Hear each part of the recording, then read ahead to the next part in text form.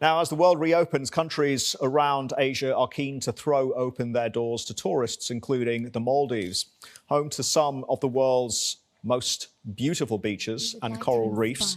The country has been pushing for more sustainable tourism to protect its environment.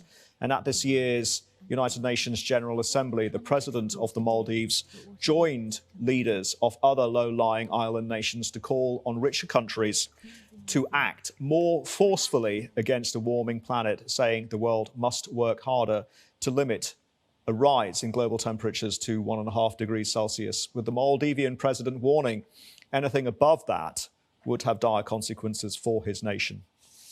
The difference between 1.5 degrees and 2 degrees is a death sentence for the Maldives. Joining me now is Aminath Shauna, Maldives Minister of Environment, Climate Change and Technology. Aminath, thank you very much indeed for your time. You have issued a very stark warning that your country could disappear by the end of the century if global warming and rising sea levels are not arrested. Are the biggest polluters listening? Because time is running out, and can a climatic catastrophe be averted? Thank you, and a very good morning from the Maldives. First of all, thank you for having me, and thank you for your interest in our story as well.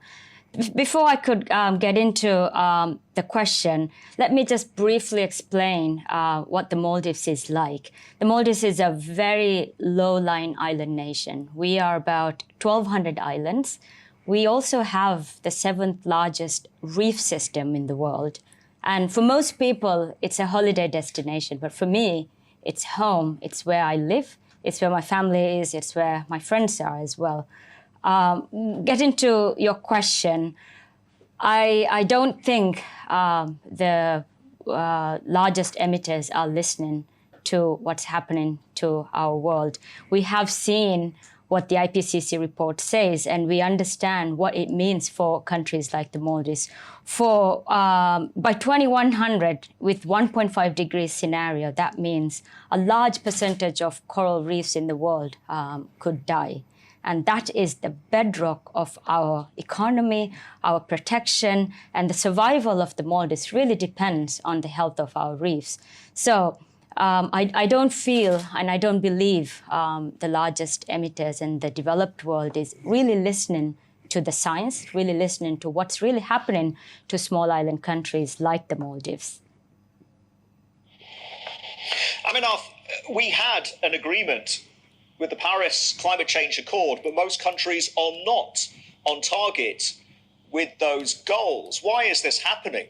And what can be done to make them recommit? Like you said, since Paris Agreement, most countries have not really committed to what they did promise, even from a mitigation side, as well as unlocking the finance that is required for countries like the Maldives to adapt as well. Since the Industrial Revolution, global temperatures have been rising, and we are at 1.1 now. And just a few weeks ago, we did hear from the largest panel of scientists saying and confirming that if we do go beyond 1.5, it could mean very different scenarios, very drastic change in weather patterns as well. And the world has not come to an agreement. We're just coming out of a pandemic. And what we are seeing is G20 countries, the developed world, which is responsible for over 75% of global emissions, they have not cut down. And as we are coming out of the pandemic, we have seen, in fact, in 2021, we have seen a 5% increase in emissions from the developed world. So simply, in answer to your question, no one is listening to what's happening to the world, what's happening to science, and what we are experiencing in terms of extreme weather events. What is your message to the world's largest polluters? For everyone, in fact, it's not just the largest polluters. Climate change is no longer just an issue that is affecting small island nations. It is affecting us all. We are all in this together.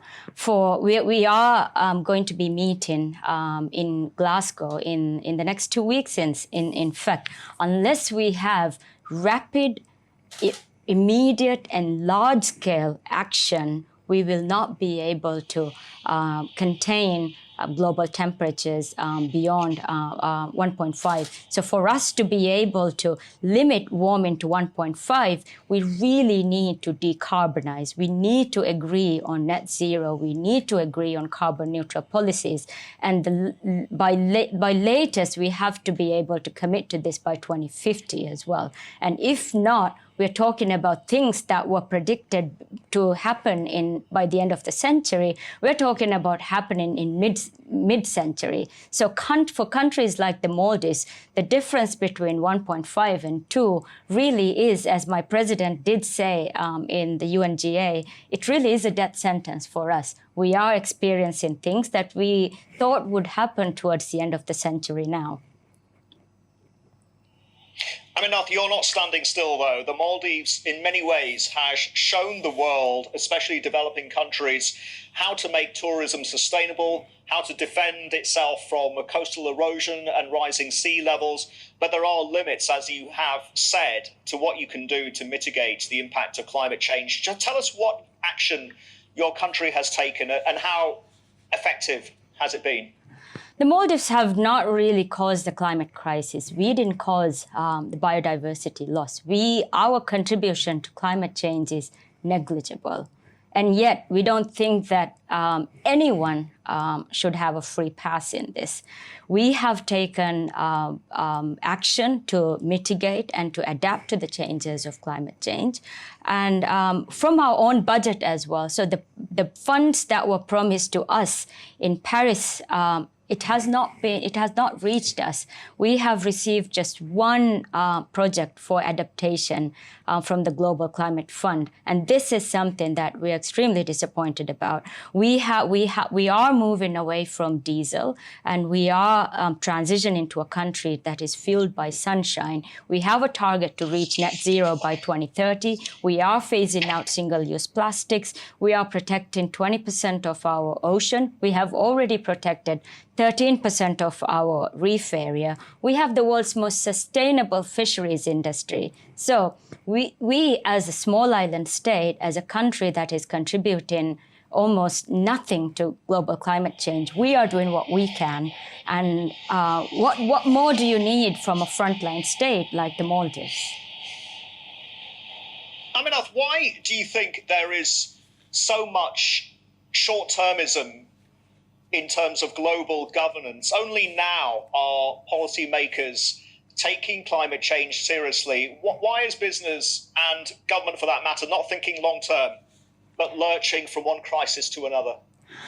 I think that we have not been able to overhaul the financial system. We have not been able to unlock the technologies that's available in developed world to the developing countries. There needs to be more dialogue. There needs to be more transparency. And we need to understand that what we thought that when we started the Industrial Revolution could help the world is not necessarily keeping us going from an environmental perspective. So the political will is what we need. The science is so clear in this. Technology is available. We just need access to these funds. We need more transparency and sharing in terms of what we have as knowledge as well. So I think we need most sensible politics in this. We need for us to have the political will to do this, because it's really not rocket science when it comes to what we need to do about the climate crisis. We just need to decarbonize. We need to commit to renewables. We need to be able to unlock the financial system. That's really it. Yes. You've been very emphatic about that, Aminath, unlocking the finance that's necessary to support the transition. Do you believe that we will get that kind of commitment at COP26? I don't think that it's impossible for us to reach an agreement on the finance that needs to be released for developed for the most vulnerable countries. I think what we need is to really sit down and have the political will from developed countries, have an open dialogue about this, be more transparent about this, just be more sensible about what's happening to the world, because we are all in this together. Look what's happening to New York, look what's happening in Berlin, in China, in Delhi. So it's no longer just about the Maldives. It's no longer about an issue that's affecting the frontline states. So we don't have a choice anymore. For us, what we're talking about, the climate crisis getting out of control in our lifetime, it's no longer going to happen in a future generation. Aminath, what form should that finance take? We've been hearing a lot about the rise of green bonds, the rise of ESG investing, emissions credits. Is it all of the above? And how much are we talking about here in terms of the pool of finance that is needed to get us towards net zero? First of all, countries like the Maldives need to have access to emergency funds, because for us, we've reached that limit now for us to be able to wait on different schemes of things. So countries like the Maldives, the most vulnerable countries, small island states, need to have access to emergency funds rather than funds that's been released and we have access to it 6 years later. We just don't have the time for it. Second of all, the private sector needs to be more engaged, and the countries like the Maldives needs to have access to concessional finance that we should have a longer period to repay. And countries like the Maldives and the small island states, we already have a heavy debt burden as well. So this needs to be addressed. We are already spending over 50% of our budget on coastal protection, on providing clean drinking water, and to be able to adapt to the changes of climate change. And I don't think that is something that we could continue to do given the climate change scenario. So we need access to concessional finance, we need access to emergency finance, and we need access to grant-based finance as well. And I don't think that small island states have the time to wait on these things anymore. And without a doubt, you'll be using the COP26 platform to really just underline that case once again. Aminath, thank you very much indeed for joining us today. Aminath Shauna there, Maldivian Minister of Environment, Climate Change and Technology. Thank you.